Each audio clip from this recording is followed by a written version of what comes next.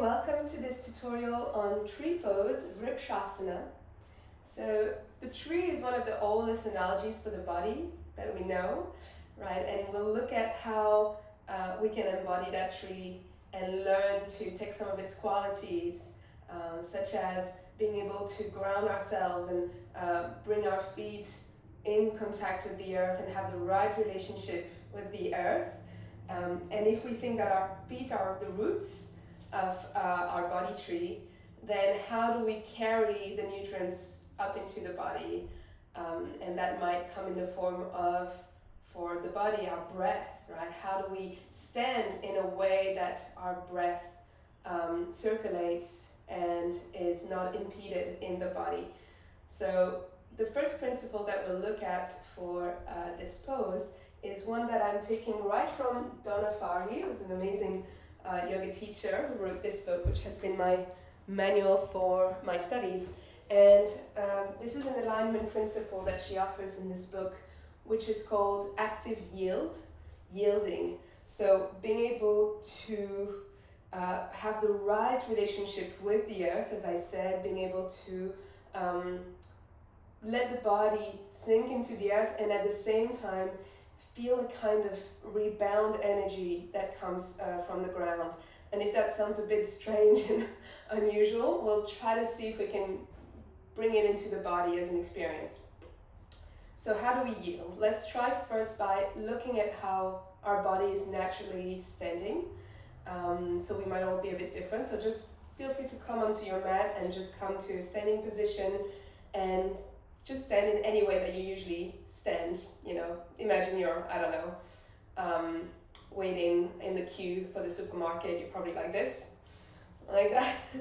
So just notice whether you're more collapsed or whether you have a tendency to be more rigid, right? So those are going to be the two qualities we look at. So let's see if we can just relax everything, kind of bend through the knees and even kind of collapse as if we're just drawn by gravity or just pulled down and like everything's a bit heavy and it feels like we're pretty much stuck in place, right? We're not gonna move, and that's a collapsed position, okay? And then let's do the opposite. So bring your legs to straighten, even lock your knees, get your chest to lift, everything is lifting and you're even a little bit tense in your muscles. You're lifting everything up towards the sky, and this is what Donna Farhi calls being propped up, so propping, and just that's usually the pose that we'll take when our parents or our teachers tell us, you know, stand up straighter. So we take on this kind of tensed up pose, right? And you can see here, I'm kind of like trying to disconnect from the ground. I'm trying to lift off and be away, right? So yield is the quality of both, right? When we manage to find the middle point between collapsing and being propped up. And so it's really subtle. It's more, you know, it's obviously our muscles having the right amount of lift and tension, but at the same time being able to relax our energy down into the ground. So it's very energetic in a way, the way you could feel it. So try to see if you can find the right pose here, the right way between collapsing and yielding. So take a moment to establish yourself and notice, play around with how much you're letting go of your weight in the ground, and does this help you breathe better, or do you need to lift a little more? So your breath is going to be the indicator of how much this structure is helping sustain the whole body, and the breath will flow more naturally when the body is correctly aligned. That's the whole idea. Okay, so just a few more moments here in your mountain Tadasana pose.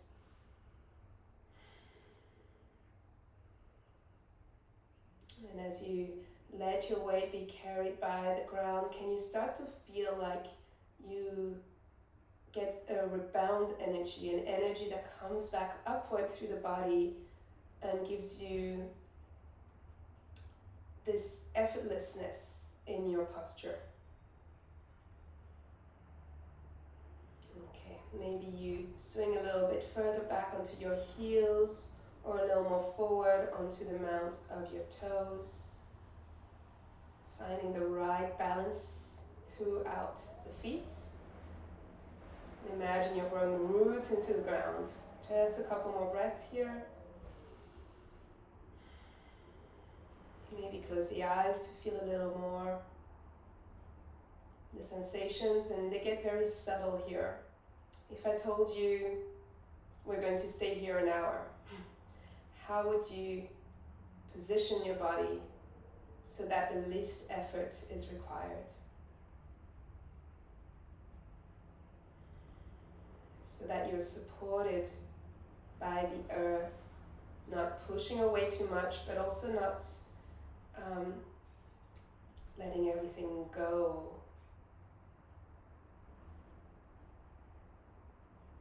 All right, and then open your eyes again if they're closed, and we'll move into our tree pose.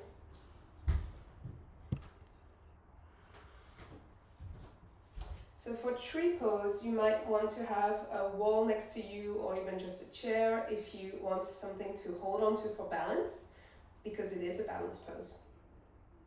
So as I said, we're just imagining our body as a tree. It's a beautiful image. And we start by looking at our roots, which will be the foundation and the way we sustain ourselves. So we'll start with the right foot into the ground. Make sure that your foot is spreading there and that you've got as much space covered between your foot and the ground. So you're spreading wide. Now try to start firming your right leg. And here my muscles of the kneecap draws up, but at the same time I'm not pushing my knee back or locking the knee. So again, finding this yield. This leg is going to be yielding to the ground as much as we can. Now just lift through your left toes and maybe lift also the foot. Find your stability here. Good. And it will be useful to look for a point in front of you, a couple meters in front, in the distance, to fix your gaze. And this gives you something to focus on for your balance. From here, we place our foot first onto the ankle, just a calf here. And so this is one version of tree pose. And it's a great place to just check with our hips. Most of the time, a lot of us go like this. We'll just let the right hip just go out to the side, and then we lose the alignment from foot to hip, right? So then it's shaky because we don't have everything kind of just rising straight up, and any energy from the earth that we're bringing back up is kind of just not circulating correctly, right? So take the hip back so that it's right over your foot. Oh, and you might tip over, so try it a few times. Okay, and once you find your stability, you might place your hands in prayer at the heart center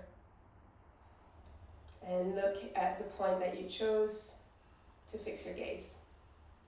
And already you might start to feel that there's a little bit of game with your bottom foot trying to always come back to center. You know, there's a little bit of moving around, and that's fine.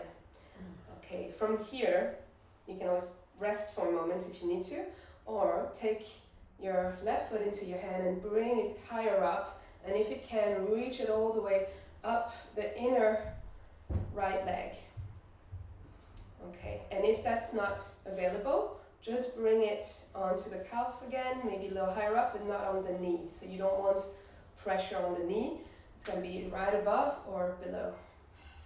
Okay, once you've got your foot nestled here, check again that your outer hip is holding, right? It hasn't gone out to the side. We're kind of keeping both those hips pressing in, right? The outer hips are trying to hold that foot in place.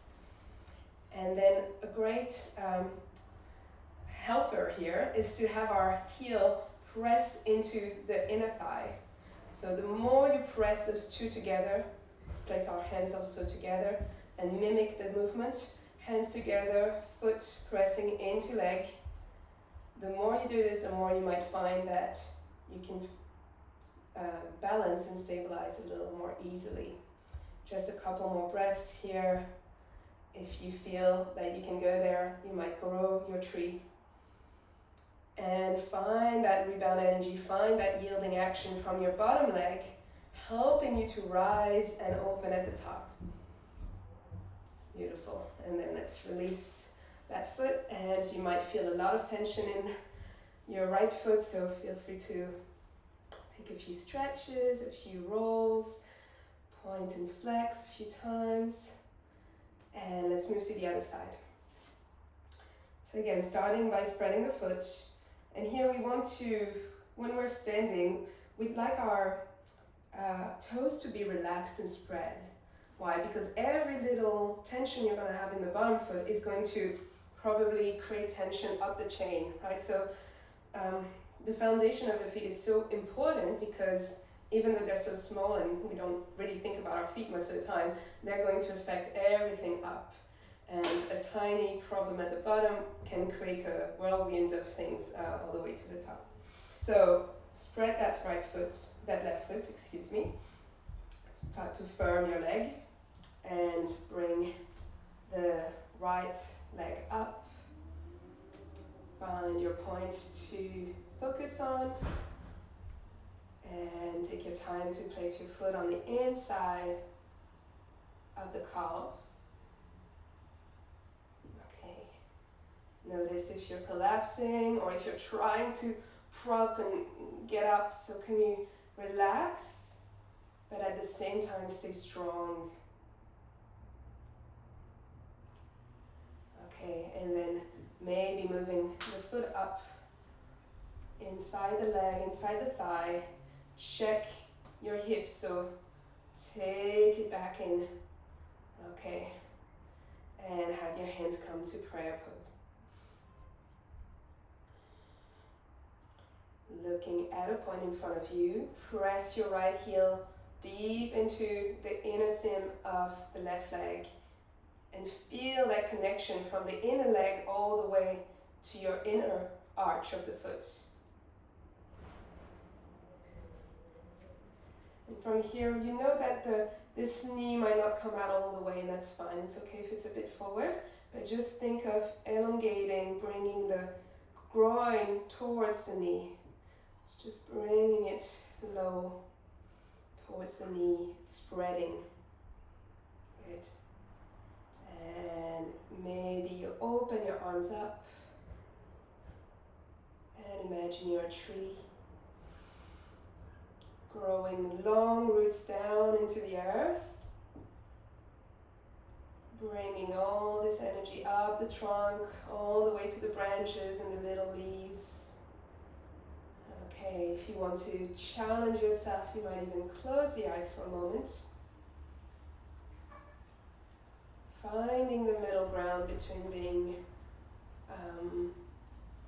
collapsed and rigid is how we find our balance in life. Place your palms back together and release the legs. Namaste.